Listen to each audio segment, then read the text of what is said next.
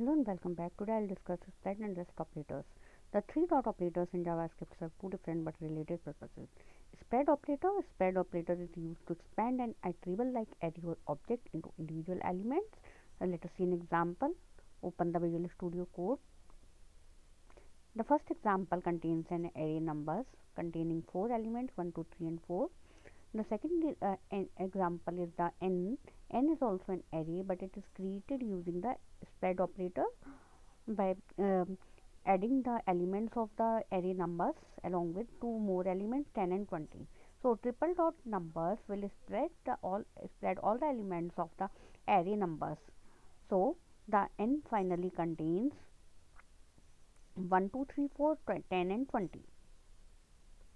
Now let us see the example of the rest operator. Rest operator also uses the three dot operators, and here uh, sum is created with an arrow function.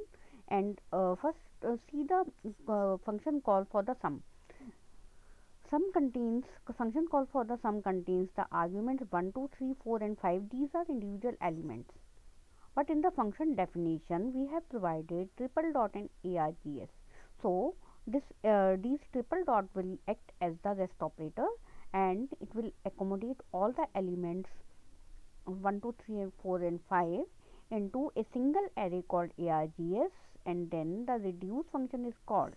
The reduce function takes two arguments a and num. The egg will contain the accumulated value value which is obtained by adding the previous value with the current element, and num will act like the all the elements one by one in each iteration. So num will take the value 1, 2, 3, 4 and 5 in 5 iterations, and ACC is initialized to 0, and in the first iteration the 0 will be added to the first number 1, so we'll get 1. In the second iteration the num will get the value 2 and ACC gets the value 1, so the sum will contain 3.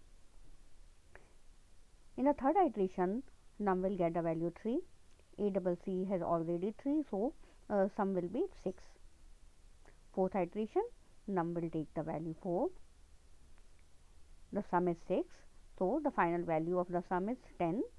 In the fifth and last iteration, the num will take the value 5.